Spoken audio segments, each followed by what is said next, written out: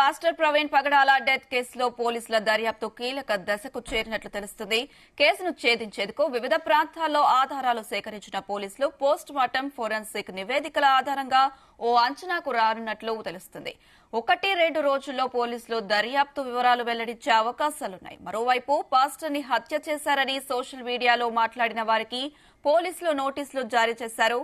వారి వద్ద ఉన్న ఆధారాలను అందజేయాలని కోరారు. అమలాపురం మాజీ ఎంపీ హర్ష కుమార్ కు ఇప్పటికే 2 సార్లు నోటీసులు ఇచ్చినా ఆయన నుంచి ఎలాంటి ఆధారాలు అందలేవని దర్యాప్తు అధికారులు అంటున్నారు. మరోసారి నోటీసులు ఇస్తామంటున్నారు. అలాగే ప్రవీణ్ మృతిపై అనుమానాలు వ్యక్తం చేసిన పలువురు పాస్టర్లకు నోటీసులు ఇచ్చి వివరాలు సేకరిస్తున్నట్లు తెలుస్తుంది.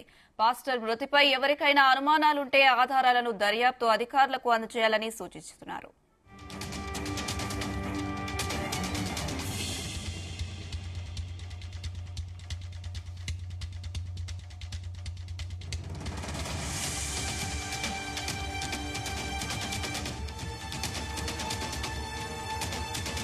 నేను మళ్ళీ ఒకసారి స్పాట్ నుంచి చూద్దామని వెళ్ళాను.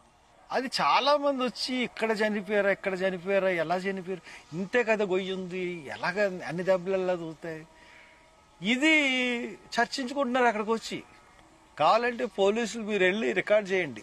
ప్రజలు అనుకునే మాటలు మీకు తెలుస్తాయి. ఎలా హత్య జరిగింది అన్నదాని మీద ఇన్వెస్టిగేషన్ చేయండి. ఎందుకు చెప్తున్నానంటే ఇది హత్య, 100% ఇది హత్య. ఏ రకంగా చూసుకున్నా ఇది హత్య. 4-5 అడుగుల కన్నా ఎక్కువ లేదు. లోతు ఎంత ఉంటుందంటే 1 అడుగు 2 అడుగులు. ఇలాగ దిగిన తర్వాత బండి ఇలాగొచ్చింది. ఇది గొయ్య ఇలా వచ్చి ఇలా జారిపోయింది. ఇక్కడ జారడానికి ఇక్కడ దానికి 2 అడుగులు ఉంటాయి. 2 అడుగుల్లోనే బండి జారిపోతే అంత దారుణమైన దెబ్బలు ఎలా తగులుతాయి ఎస్పీ గారు, ఐజీ గారు? సీసీ ఫుటేజ్ 11:42 వరకు చూపిస్తున్నారు, బాగానే ఉంది. దాని తర్వాత సీసీటీవీ ఫుటేజ్ ఏమైంది? దాన్ని ఎందుకు మీరు ఎగ్జిబిట్ చేయట్లేదు? ఆ బండి మీద కావాలంటే నేను ఛాలెంజ్ చేస్తాను, అదే స్పీడ్లో నేను హెల్మెట్ పెట్టుకుని అదే బుల్లెట్తో నేను దిగుతాను. అదే స్పీడ్లో కావాలంటే నాకు ఎలా దెబ్బలు తగులుతాయో నేను రెడీ టు ఫేస్ ఇట్. మీరు రెడీరా లేకపోతే అనౌన్స్ చేస్తారా?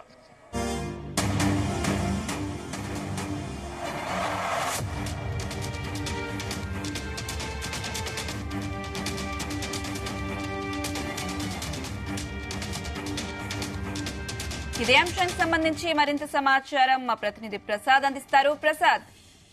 అనుష, నిన్న హోంమంత్రి వంగలపూడి అనిత వెల్లడించిన ప్రకారం అయితే డీటెయిల్స్ రిపోర్ట్ కోసం ఎదురు చూస్తున్నాం. డీటెయిల్ రిపోర్ట్స్ వచ్చిన వెంటనే పూర్తి స్థాయి వివరాలను కూడా వెల్లడిస్తామని చెప్పి కూడా హోంమంత్రి స్వయంగా వెల్లడించడం జరిగింది. దీంతో ఇప్పుడు ఈ వరకు చూస్తే కనుక ఈ కేసుకు సంబంధించి పోలీసులు వద్దకు రావాల్సిన డీటెయిల్స్ రిపోర్టు ఏదైతే గత నెల 29న ఐజీ అశోక్ కుమార్ వెల్లడించిన ప్రకారం పోస్ట్ మార్టం రిపోర్ట్ లోనే ప్రాథమికంగా పోస్ట్ మార్టం రిపోర్టు రావడం జరిగింది. ఫోరెన్సిక్ సంబంధించిన నివేదిక రావాల్సి ఉందని చెప్పి కూడా ఐజీ వెల్లడించడం జరిగింది. అదేవిధంగా పూర్తి స్థాయి అనుమానాలు ఏదైతే విజయవాడలో 4 గంటల పాటు పాస్టర్ ప్రవీణ్ ఏం చేశారనేది ఒక మిస్టరీగా కొనసాగింది. అది కూడా మిస్టరీ కూడా దాదాపుగా వీడింది. అదేవిధంగా సీసీ కెమెరా ఫుటేజ్లు పోలీసులు 200 సీసీ కెమెరాలు ఎక్కడైతే హైదరాబాద్ లో గత నెల 23న ఉదయం 11 గంటలకు బయలుదేరి రాత్రి 11:42 రాజమండ్రి కొంతూరు వద్ద యాక్సిడెంట్ జరిగి మరణించారో అక్కడ వరకు కూడా పూర్తి స్థాయిలో 200 సీసీ కెమెరాలకు సంబంధించిన ఫుటేజ్ అంతా కూడా దాదాపు 15 గంటల సీసీ ఫుటేజ్ అంతా కూడా పోలీసుల వద్ద ఉంది. దీంతో కొంతవరకు ఆయన జర్నీలో ఏం జరిగిందనేది కూడా క్లారిటీ వచ్చింది. అయితే ఇందులో ప్రధానంగా చూస్తుంది ఏంటంటే తమ అనుమానాలు నివృత్తి చేయాలని చెప్పి కూడా ప్రధానంగా క్రైస్తవ సంఘాలు కావచ్చు, ఆయన మద్దతుదారులు కావచ్చు ప్రధానంగా కోరుకుంటున్న డిమాండ్ చేసిన పరిస్థితి అయితే ఉంది. ఎందుకంటే ఇది యాక్సిడెంట్ కాదు, హత్య అనేది ప్రధానంగా ఇక్కడ ఆరోపణలు కానీ విమర్శలు కానీ వచ్చిన పరిస్థితుల్లో పోలీసులు దానికి సంబంధించిన క్లారిఫికేషన్ ఇవ్వాల్సిన నేపథ్యంలో ఈ కేసు అత్యంత ఛాలెంజింగ్ కేసుల్లో ఒకటిగా పోలీస్ శాఖ ఆంధ్రప్రదేశ్ పోలీస్ సంబంధించిన అత్యంత ఛాలెంజింగ్ కేసుగా మారింది. దీంతో ప్రస్తుతం చూస్తే కనుక గత 2 రోజుల నుంచి కూడా జరిగిన పరిణామాలు చూస్తే కనుక ఏదైతే ప్రవీణ్ ప్రగడాల హైదరాబాద్ లో బయలుదేరిన తర్వాత ఒకటి చోట మద్యం షాపులో ఆగిన ఫుటేజ్ ఒకటి బయటకు వచ్చింది. అదేవిధంగా రాత్రి 10 గంటల సమయంలో ఏలూరు వద్ద మద్యం షాపులో ఆగిన ఫుటేజ్ ఒకటి బయటకు వచ్చింది. అదేవిధంగా ఆయన కొంత తూలిపడుతూ, అదేవిధంగా బైక్ జర్నీలో కూడా కొంత గాయపడింది. కేసర్ టోల్ గేట్ వద్ద అదుపులో పడిపోయింది. ఈ సీసీ ఫుటేజ్లు మొత్తం కూడా బయటకు వచ్చినాయి. వాటన్నిటిని కూడా విశ్లేషించుకుని ఆయన జర్నీ ఎలా సాగింది విజయవాడ వరకు అనేది కూడా ఒక కొలిక్కి రావడం జరిగింది. ఇక ప్రధానంగా చూస్తే కనుక ఈ పోస్ట్ మార్టం రిపోర్టు రాజమండ్రి ప్రభుత్వ ఆసుపత్రిలో గత నెల 26వ తేదీన తీవ్ర ఉద్రిక్త పరిస్థితుల మధ్య ఈ పోస్ట్ మార్టం పూర్తయింది. ఈ పోస్ట్ మార్టం కు సంబంధించిన నివేదికను పోస్ట్ మార్టం చేసింది కూడా అది అధికారికంగా రాజమండ్రి ప్రభుత్వ ఆసుపత్రి forensic head of department Krishnaraju, అదేవిధంగా ఒక ప్యాథాలజిస్ట్, న్యూరాలజిస్ట్. ఎందుకు న్యూరాలజిస్ట్ ఏదైతే ఆయనకి తలకి ఏదైనా గాయం తగిలింది అని చెప్పి కూడా న్యూరాలజిస్ట్ చూస్తారు. అదేవిధంగా ప్యాథాలజిస్ట్ శరీరంపై గాయాలను కూడా అబ్జర్వ్ చేస్తారు. ఈ ముగ్గురు కూడా డాక్టర్ల ఆధ్వర్యంలో రూపొందించిన ఇది పోస్ట్ మార్టం నివేదిక సీల్డ్ కవర్ లో రాజమండ్రి ప్రభుత్వ ఆసుపత్రి సూపరింటెండెంట్ ద్వారా జిల్లా ఎస్పీ నరసింహ కిషోర్ కి చేరింది. సీల్డ్ కవర్ నుంచి చూస్తే కనుక పోస్ట్ మార్టం నివేదికను ఆధారంగానే ఈ దర్యాప్తు మరింతగా లోతుగా కొనసాగిందని మనకు అర్థమవుతుంది.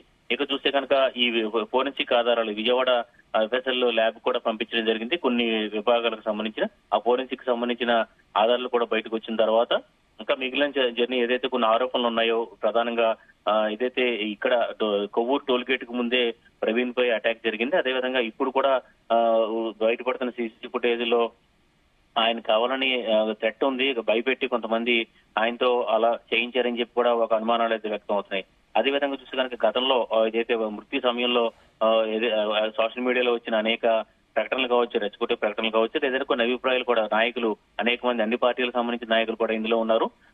వారందరినీ కూడా ప్రస్తుతం పోలీసులు ఏదైతే ఈ నోటీసులు ఇచ్చి వివరాలు వెల్లడించాల్సిందని చెప్పి కూడా కోరుతున్న పరిస్థితి అయితే ఉంది. దీంతో ఇవాళ రేపు కూడా ఈ దర్యాప్తు ఇంకా కొనసాగే అవకాశం అయితే ఉంది.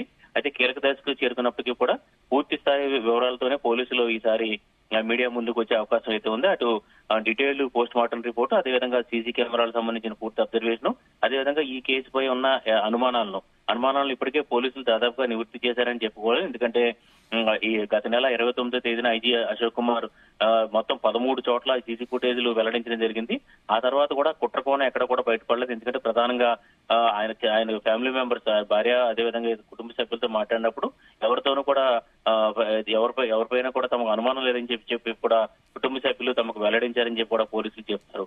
అయితే ఇక్కడ ప్రధానంగా ఇప్పుడు నాయకులు కావచ్చు, కొంతమంది నాయకులు కావచ్చు, లేదంటే ప్రవీణ్ మద్దతుదారులు కావచ్చు, వీరందరూ కూడా మాట్లాడిన ప్రకారం వారి వద్ద ఏదైనా ఆధారాలు ఉన్నాయా అని చెప్పి కూడా పోలీసులు ఇప్పుడు నోటీసులు జారీ చేసి వారి నుంచి వివరాలు సేకరిస్తున్న పరిస్థితి అయితే ఉంది. మొత్తం మీద ఇవాళ రేపు కూడా ఈ ప్రక్రియ అంతా కూడా కొనసాగే అవకాశం అయితే ఉంది. మరొక 2 రోజులు అంటే ఈ పూర్తి స్థాయి డీటెయిల్స్ రిపోర్ట్ వచ్చిన తర్వాత ఇవాళ రేపట్లో కూడా ఈ కేసుకు సంబంధించిన పూర్తి వివరాలు వెల్లడించే అవకాశం అయితే కనిపిస్తుంది అనిష. అయితే ఖచ్చితంగా హత్య అంటూ కూడా క్రైస్తవ సంఘాలు చేస్తున్న నేపథ్యంలో ఆధారాలు ఎందుకు అధికారులకు ఇవ్వడం లేదు? అయితే ఇక్కడ ప్రధానంగా చూస్తే కనుక అక్కడ ఉన్న పరిస్థితులు, గతంలో పాస్టర్ ప్రవీణ్ పగడాల ఎదిగిన తీరు, ఆయనని క్రైస్తవ సమాజంలో ఆయనకు లభించిన గుర్తింపు కావచ్చు, ఆయన చేసిన బోధనలో ఇవన్నీ కూడా ఆయనకి చాలా ఫాలోవర్స్ ను కూడా తెచ్చిపెట్టిన పరిస్థితి అయితే ఉంది. ఆయన్ని అంటే క్రైస్తవంలో ఆయన వీడియోస్ కూడా ఇప్పుడు వస్తాయి. ఆయన మరణం తర్వాత కూడా అనేక వీడియోస్ కూడా చాలా మంది చూస్తున్న పరిస్థితి ఉంది. ఆయన గతంలో చేసిన బోధనలు అంటే ఏదైతే ఈ క్రీస్తు బోధనలకు సంబంధించి ఆయన కోణంలోనే ఆయన వెల్లడించడం జరిగింది. అది చాలా మందిని ఆకట్టుకునేది. ఈ నేపథ్యంలో కొంతమంది శత్రువులు కూడా ఆయనకి ఈ క్రమంలో ఏర్పడిన పరిస్థితి ఉంది. ఎందుకంటే కేవలం ఈ మతపరంగా ఉన్న వాదనల నేపథ్యంలోనే కొంతమంది కూడా ఆయన వివేరించిన పరిస్థితి ఉంది. కొంతమంది ఆయనతో రెచ్చగొట్టినట్టుగా మాట్లాడిన పరిస్థితి ఉంది. అదేవిధంగా గత కొన్ని నెలలుగా ఏపీలో జరుగుతున్న పరిణామాలు, ఎందుకంటే క్రైస్తవ సమాజాన్ని కొంతమంది టార్గెట్ చేస్తూ మాట్లాడుతున్నారు. అదేవిధంగా ఇటువైపు నుంచి కూడా క్రైస్తవ సమాజం వైపు నుంచి కూడా కొంతమంది హిందూ దేవతల్ని కూడా కించపరచడం, ఈ వ్యవహారాలన్నీ జరుగుతున్నాయి. ఈ నేపథ్యంలో సోషల్ మీడియాలో ఎప్పటికప్పుడు రచ్చ కూడా జరుగుతున్న పరిస్థితి ఉంది. కొన్ని ఛానల్స్ లో, అదైతే కొన్ని యూట్యూబ్ ఛానల్స్ లో కావచ్చు, వీరన్నీ కూడా ప్రత్యేకంగా దీనికి సంబంధించి డిబేట్స్ ఏర్పాటు చేయడం, అలాంటి డిబేట్స్ లో పాస్టర్ ప్రవీణ్ పగడాల పాల్గొని ఉండటం, అదేవిధంగా ఆయనకు సంబంధించిన రెచ్చగొట్టే ప్రకటనలు ఉండడం, ఇవన్నీ కూడా పరిస్థితులు కొంతకాలంగా ఇక్కడ ఏపీలో కొంత మతపరమైన ఉద్రిక్తులు అంటే సోషల్ మీడియాలో ఈ రెచ్చగొట్టే వాతావరణాన్ని తీసుకొచ్చాయి. ఈ క్రమంలో ఎవరైనా ఆయన్ని హత్య చేసేందుకు కూడా కుట్ర పన్నారా అనేది కూడా ప్రధానంగా అప్పుడు చనిపోయిన సమయంలో రాజమండ్రి ప్రభుత్వ ఆసుపత్రి వద్ద ఏర్పడిన పరిస్థితులు. ఎందుకంటే గతంలో దేశవ్యాప్తంగా చూస్తే కనుక మణిపూర్, అదేవిధంగా ఛత్తీస్గఢ్ జరిగిన పరిణామాలను కూడా ఏపీలో కూడా జరుగుతాయని ఒక భయాందోళన అయితే క్రైస్తవులు కూడా వ్యక్తం చేసిన పరిస్థితి అయితే ఉంది. అయితే ప్రసాద్, ప్రవీణ్ కి సంబంధించి కొన్ని వీడియోలు కూడా సోషల్ మీడియాలో వైరల్ అవుతున్నాయి. అవి కూడా ఫేక్ అంటూ క్రైస్తవ సంఘాలు ఆరోపిస్తున్నాయి. దీనికి సంబంధించి మీ దగ్గర ఉన్న అప్డేట్ ఏంటి? అది దీనికి సంబంధించి పోలీసులు అయితే పూర్తి స్థాయిలో దీనికి సంబంధించి నిర్ధారణ చేయవలసి ఉంది. ఎందుకంటే కొన్ని చోట్ల ఈ మొత్తం ఎక్కడికక్కడ ఆర్టిఫిషియల్ ఇంటెలిజెన్స్ టెక్నాలజీ వచ్చిన తర్వాత పూర్తి స్థాయిలో ఎక్కడికక్కడ మార్పింగ్లు జరుగుతున్న పరిస్థితి అయితే ఉంది. కొన్ని చోట్ల ఆయన మాట్లాడినట్టు లేదా రకరకాలుగా మార్పింగ్ చేసిన పరిస్థితులు కూడా ఉన్నాయి. కాబట్టి పోలీసులు అయితే ఇలాంటి రెచ్చగొట్టే వీడియోలు, ఇప్పుడు ఆయన మృతి తర్వాత కూడా అనేక వీడియోలు కూడా బయటకు వస్తున్నాయని వివిధ ఏదైతే కొన్ని చోట్ల కించపరిచేలా మాట్లాడారని అలా రకరకాల వీడియోస్ కూడా బయటకు వస్తున్న పరిస్థితుల్లో అంటే చనిపోయినప్పుడు కూడా ఇలాంటి పరిణామాలే ఎక్కువగా దీనికి అనుమానాలు రేగడానికి కూడా కారణంగా చెప్పుకోవచ్చు. ఎందుకంటే మతోన్మాద శక్తులు ఇలాంటి ఈ పనులు చేస్తుంటారని చెప్పి కొంతమంది బహిరంగంగా కూడా వ్యాఖ్యానించిన పరిస్థితి అయితే ఉంది. కొంతమంది బహిరంగంగా ప్లకార్డులు, బ్యానర్లు కూడా ప్రదర్శించిన పరిస్థితి అయితే ఉంది. మొత్తం మీద వాటికి సంబంధించిన వాటి ఆధారంగా నాయకులు ఉద్దేశపూర్వకంగా మాట్లాడారా లేదా తమ మధ్య ఏదైనా పక్కగా కొంత సమాచారం ఉన్నట్టుగా మాట్లాడారా అనేది కూడా ఇప్పుడు పోలీసులు ఆరా తీస్తున్నారు. ఆ క్రమంలోనే ఆ నాయకులకు కూడా నోటీసులు ఇస్తున్న పరిస్థితి ఉంది. అయితే ఇక్కడ చూస్తే కనుక ఇటు నాయకుల వైపు నుంచి వెర్షనప్పుడు మాజీ ఎంపీ జీవీ హర్ష్ కుమార్, అదేవిధంగా ఇతర నాయకులు కూడా దీనికి సంబంధించి ముందు మాట్లాడిన వాళ్ళు ఉన్నారు. అయితే వీరందరూ కూడా చెప్తుంది కులు దర్యాప్తు అంతా కూడా కొంత అనుమానాస్పదంగా సాగింది కాబట్టి ఇదంతా జరిగిందని చెప్పి కూడా తాము మాట్లాడాల్సి వచ్చిందని చెప్పి కూడా ఏదైతే హర్ష్ కుమార్ లాంటి వాళ్ళు చెప్తున్న పరిస్థితి ఉంది. ఎందుకంటే ఇది ఏదైతే ఈ మతోన్మాద శక్తులు అన్ని మతాల్లో కూడా ఉండొచ్చని చెప్పి కూడా బాధించిన పరిస్థితి అయితే ఉంది. మొత్తం మీద ఈ వ్యవహారాన్ని పోలీసులు ఎలా చూస్తారని చూడాల్సి ఉంది. ఒకవైపు చూస్తే కనుక పూర్తి స్థాయి డీటెయిల్స్ రిపోర్ట్ తో పోలీసులు ఈ కేసును దాదాపు పూర్తి వివరాలు అంటే తుది వివరాలు వెల్లడించేందుకు కూడా రంగం సిద్ధం చేసుకుంటారని కూడా మనకు తెలుస్తుంది. ఈ నేపథ్యంలో మరోవైపు ఈ సోషల్ మీడియాలో రెచ్చగొట్టుగా మాట్లాడిన, అదేవిధంగా ప్రభుత్వాన్ని టార్గెట్ చేస్తూ మాట్లాడిన వారు కొంతమంది ఉన్నారు. వారందరినీ కూడా నోటీసులు ఇచ్చి పిలిపిస్తారు. అదేవిధంగా అటు టీడీపీ వైపు నుంచి కూడా మహాసేన రాజేష్ వంటి వారు కూడా బహిరంగ కూడా వ్యాఖ్యానించారు. ఇది హత్య అని చెప్పి కూడా వ్యాఖ్యానించిన పరిస్థితి ఉంది. అలాంటి వారిని సంబంధించి కావచ్చు కొంతమంది ముఖ్య నాయకులు కూడా దీనికి సంబంధించి మాట్లాడారు. వారందరికీ కూడా నోటీసులు జారీ చేస్తారని చూడాల్సి ఉంది. మొత్తం మీద ఈ ప్రక్రియ రెండు ఒకవైపు ఈ పూర్తి స్థాయి నివేదికను క్రోడీకరించుకుని దర్యాప్తు వెల్లడిస్తారా, లేదంటే ఇటు సోషల్ మీడియాలో మాట్లాడిన వారిని సంబంధించి నోటీసులు ద్వారా దర్యాప్తు వాళ్ళని ఎంక్వైరీ చేసి తర్వాత తుది విచారణకి వెల్లడిస్తారని చూడాల్సి ఉంది.